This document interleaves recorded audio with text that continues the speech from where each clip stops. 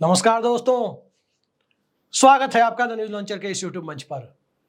दोस्तों, बिहार के मुख्यमंत्री नीतीश कुमार ने आज बड़ा संकेत दे दिया और ऐसा संकेत दे दिया जिसके बाद अब ये बात करीब करीब तय जान पड़ती है कि नीतीश कुमार जब चाहे अपने राजनीतिक गठबंधन, अपनी राजनीतिक प्राथमिकताओं को नए सिरे से तय कर सकते हैं। आम बोलचाल की भाषा में इसे कहते हैं खेला होबे। बंगाल से शुरू हुआ यह टर्म खेला होबे बिहार की राजनीति में खेला कब होगा इस रूप में आकर बदलता हुआ दिखाई दे रहा है।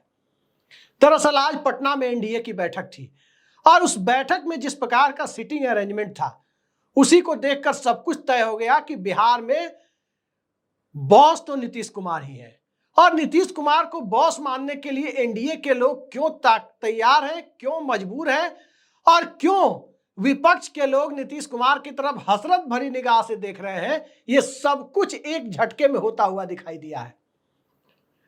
सीटिंग अरेंजमेंट पर गौर करें तो राज्य मंत्री जो राज्य सरकार के हैं वो आगे बैठे हुए हैं, नीतीश कुमार की कतार और उसके बाद वाली कतार में बैठे हुए हैं, लेकिन भारत सरकार के कैबिनेट मंत्री गिरिराज सिंह सबसे पीछे की कतार में बैठे हुए हैं। सबसे पीछे गिरिराज सिंह को बिठाया गया। वही गिरिराज सिंह जो हिंदू स्वाभिमान यात्रा निकाल रहे थे, वही गिरिराज सिंह जो बिहार में भारतीय जनता पार्टी की सियासत को नए सिरे से परिभाषित कर रहे थे, और वही गिरिराज सिंह जो बिहार में सांप्रदायिकता के जहर को नए सिरे से घोलने की कोशिशें करते हुए बयान दे रहे थे, जो फुटेज सामने आ रहे थे उससे साफ जाहिर हो रहा था। लेकिन गिरिराज सिंह को सीधे सीधे पीछे बिठा दिया गया।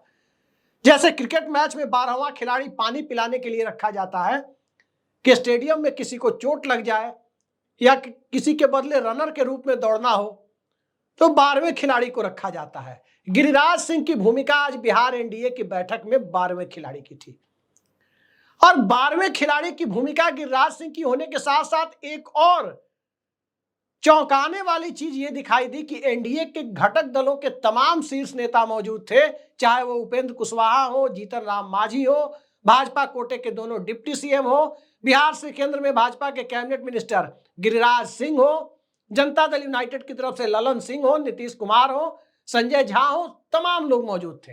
चिराग पासवान मौजूद नहीं थे। पार्टी के कुछ सांसदों को भेज जरूर दिया था, लेकिन चिराग पासवान वहां मौजूद नहीं थे। चिराग पासवान की गैर मौजूदगी बिहार एनडीए के समीकरणों की तरफ इशारा करती है कि बिहार में एनडीए का मौजूदा स्वरूप क्या नीतीश कुमार को प्राथमिकता दे रहा है या चिराग पासवान को प्राथमिकता दे रहा है।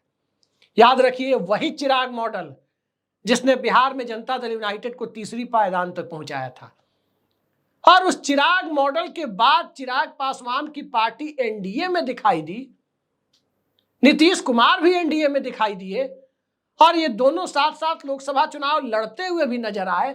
और अब जब विधानसभा की बारी आई तो चिराग पासवान को क्या किसी इशारे पर दूर रखा गया या चिराग पासवान खुद से दूर हो गए?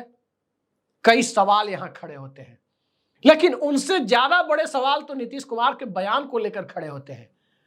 अंदर से एनडीए के अंदरूनी सूत्रों के हवाले से इस क्लोज डोर मीटिंग में, जिसमें जनता दल यूनाइटेड, भाजपा, जीतन राम मांझी की पार्टी, उपेंद्र कुशवाहा की पार्टी, यहां तक कि चिराग पासवान की पार्टी के भी कुछ नेता वहां मौजूद थे, कई जिलाध्यक्ष तक बुला लिए गए थे और उन जिलाध्यक्षों को गिरिराज सिंह से आगे बिठाया गया था।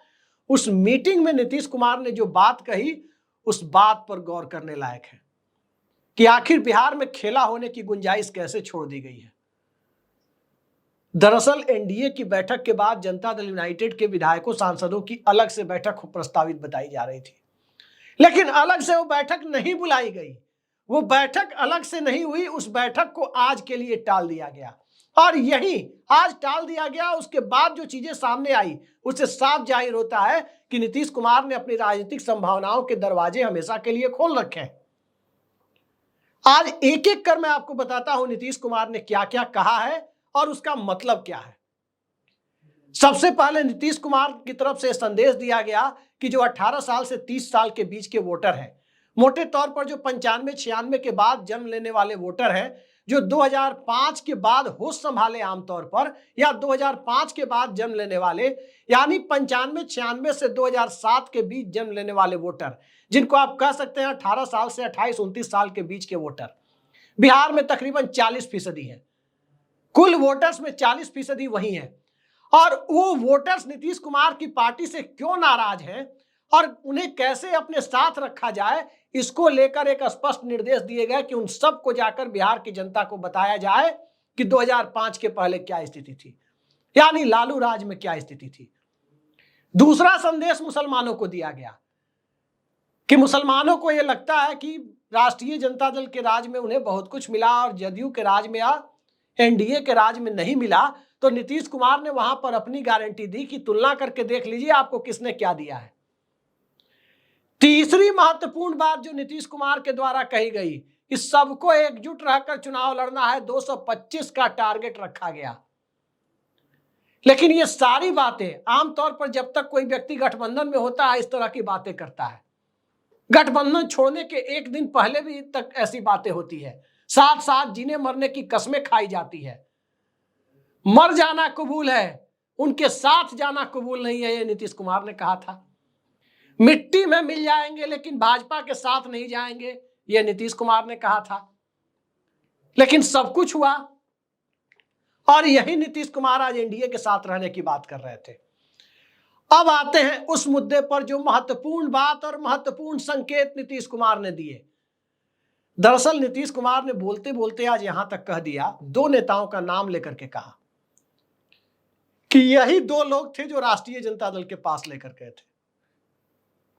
और मैं आपको ले चलता हूं 5 या 6 अगस्त की तारीख थी 2022 को, जब पार्टी के अंदर की नेताओं की बैठक में जो बात नीतीश कुमार ने कही थी, वही बात उस वक्त के जदयू के राष्ट्रीय अध्यक्ष ललन सिंह ने प्रेस कॉन्फ्रेंस करके कही थी। तब उन्होंने 4 नेताओं का नाम लिया था कि यही लोग थे जो भाजपा के पास लेकर गए थे। और आज नीतीश कुमार ने 2 नेताओं का नाम लिया कि यही लोग थे जो राजद के पास लेकर गए थे। संभावनाओं का द्वार खुला हुआ है। मुद्दे पर आते हैं। दरअसल 5 या 6 अगस्त की तारीख 2022 में ललन सिंह ने एक प्रेस कॉन्फ्रेंस बुलाई थी, तब वो राष्ट्रीय अध्यक्ष थे।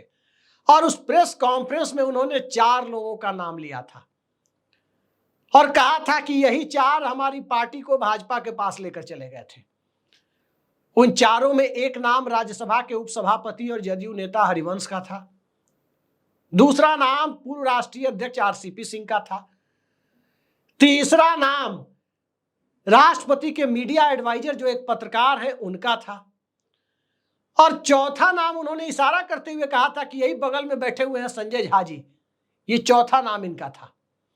इन 4 लोगों को जिम्मेदार ठहराया था कि बीजेपी के पास लेकर गए थे।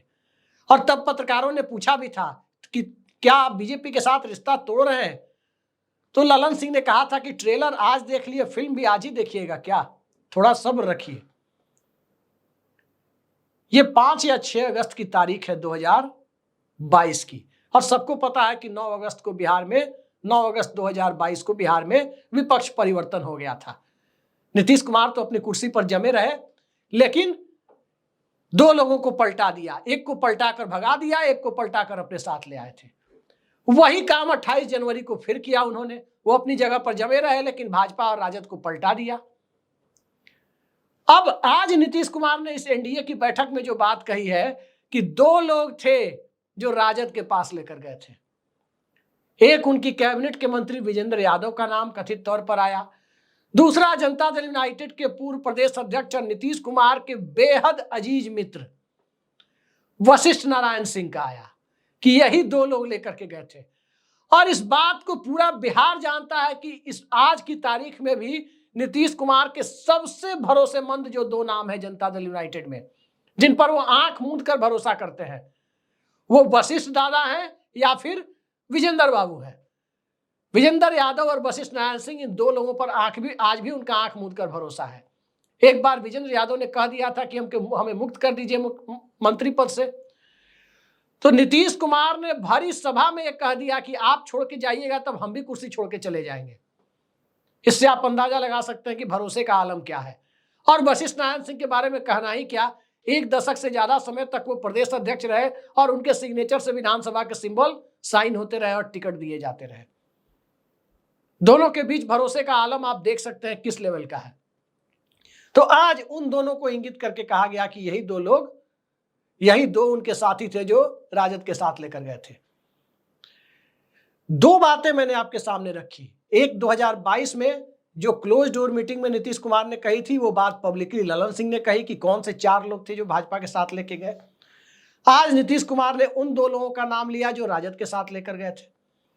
लेकिन इन दोनों के बीच एक कड़ी आती है 28 जनवरी 2022 की, 28 जनवरी 2024 की। दरअसल 28 जनवरी 2024 को जब नीतीश कुमार भारतीय जनता पार्टी के साथ फिर से चले गए, फिर से बिहार में विपक्ष परिवर्तन करा दिया, फिर से भारतीय जनता पार्टी को सत्ता में हिस्सेदारी दे दी, उस वक्त कौन नीतीश कुमार को लेकर बीजेपी के पास गया, यह नाम उन्होंने खुलासा नहीं किया।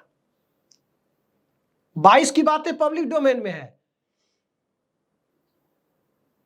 उसके पहले 2017 में कौन बीजेपी के पास लेकर के गया, वो बात भी ललन सिंह ने पब्लिक डोमेन में रख दी। लेकिन 2024 में कौन लेकर के बीजेपी के पास गया, ये बातें पब्लिक डोमेन में नहीं है।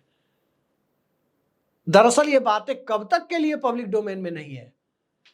कब इस बात को सार्वजनिक किया जाएगा कि 28 जनवरी 2024 को नीतीश कुमार से खेल कराने वाले कौन लोग थे?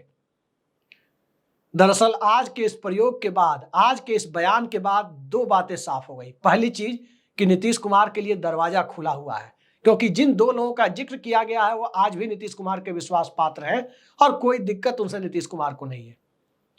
दूसरी बात कि जो लोग भारतीय जनता पार्टी के पास लेकर के गए, वो पूरा बिहार जानता है कि कौन से लोग थे जो भारतीय जनता पार्टी के और जेडीयू के बीच संबंधों का सेतु बने हुए थे। उनमें से एक राष्ट्रीय महासचिव और मंत्री भी हैं, एक तो पार्टी में बड़े पदाधिकारी भी बन गए, विधान परिषद से राज्यसभा तक का सफर तय कर लिया, एक लंबे समय से राज्य में मंत्री बने हुए हैं। इस तरह के लोगों का एक घेरा है, कुछ ब्यूरोक्रेट्स का भी नाम लिया जाता है। और ये नाम भी नीतीश कुमार तब सार्वजनिक करेंगे कि कौन लोग भाजपा के पास लेकर गए थे, जब उन्हें यह बताना होगा कि अब भारतीय जनता पार्टी के साथ वो छोड़ रहे हैं। अभी चूंकि चुनाव प्रक्रिया चल रही है, 4 सीटों पर बिहार में उपचुनाव हो रहा है।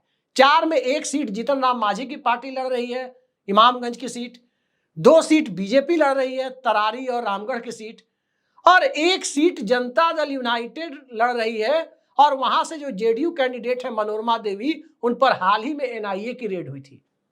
एनआईए किसके अधीन काम करता है? गृह मंत्रालय, भारत सरकार के अधीन। एनआईए की रेड जिसके ऊपर हुई, नीतीश कुमार ने उनको टिकट देकर पुरस्कार दे दिया। क्या यह बात इस चीज को समझने के लिए काफी नहीं है कि नीतीश कुमार के राजनीतिक कदम काफी आगे बढ़ चुके हैं? और बिहार से जो इनपुट मिल रहा है, बिहार से जो खबरें मिल रही है, जमीनी स्तर पर चीजों को समझने वाले, चुनाव को समझने वाले जो राजनीतिक विश्लेषक जो रिपोर्ट दे रहे हैं, उसमें एनडीए की सबसे अच्छी स्थिति बेलागंज में जदयू उम्मीदवार मनोरमा देवी की है। 4 उम्मीदवारों में सबसे मजबूत टक्कर देती हुई वही दिखाई दे रही है। तो क्या 23 नवंबर को जब 4 सीटों के नतीजे आ जाएंगे, तब नीतीश कुमार इस बात को सार्वजनिक करेंगे कि कौन भाजपा के पास लेकर गए थे? ये एक इतना बड़ा क्लू आज नीतीश कुमार ने छोड़ दिया है कि वो अपने मन से कोई डिसीजन नहीं लेते। कभी उन्हें 4 लोग मिलकर भाजपा के पास 17 में लेकर चले जाते हैं, कभी 2022 में 2 लोग उनके पुराने सहयोगी मिलकर के उन्हें राजद के पास लेकर चले जाते हैं। फिर भविष्य में इसी तरह किसी दिन कह देंगे कि 28 जनवरी को अमुक 3 लोग थे या अमुक 5 लोग थे जो लेकर के भाजपा के पास चले गए थे। लेकिन वो वक्त अभी नहीं आया है, और वक्त इसलिए नहीं आया है क्योंकि 4 सीटों पर बाई इलेक्शन चल रहा है।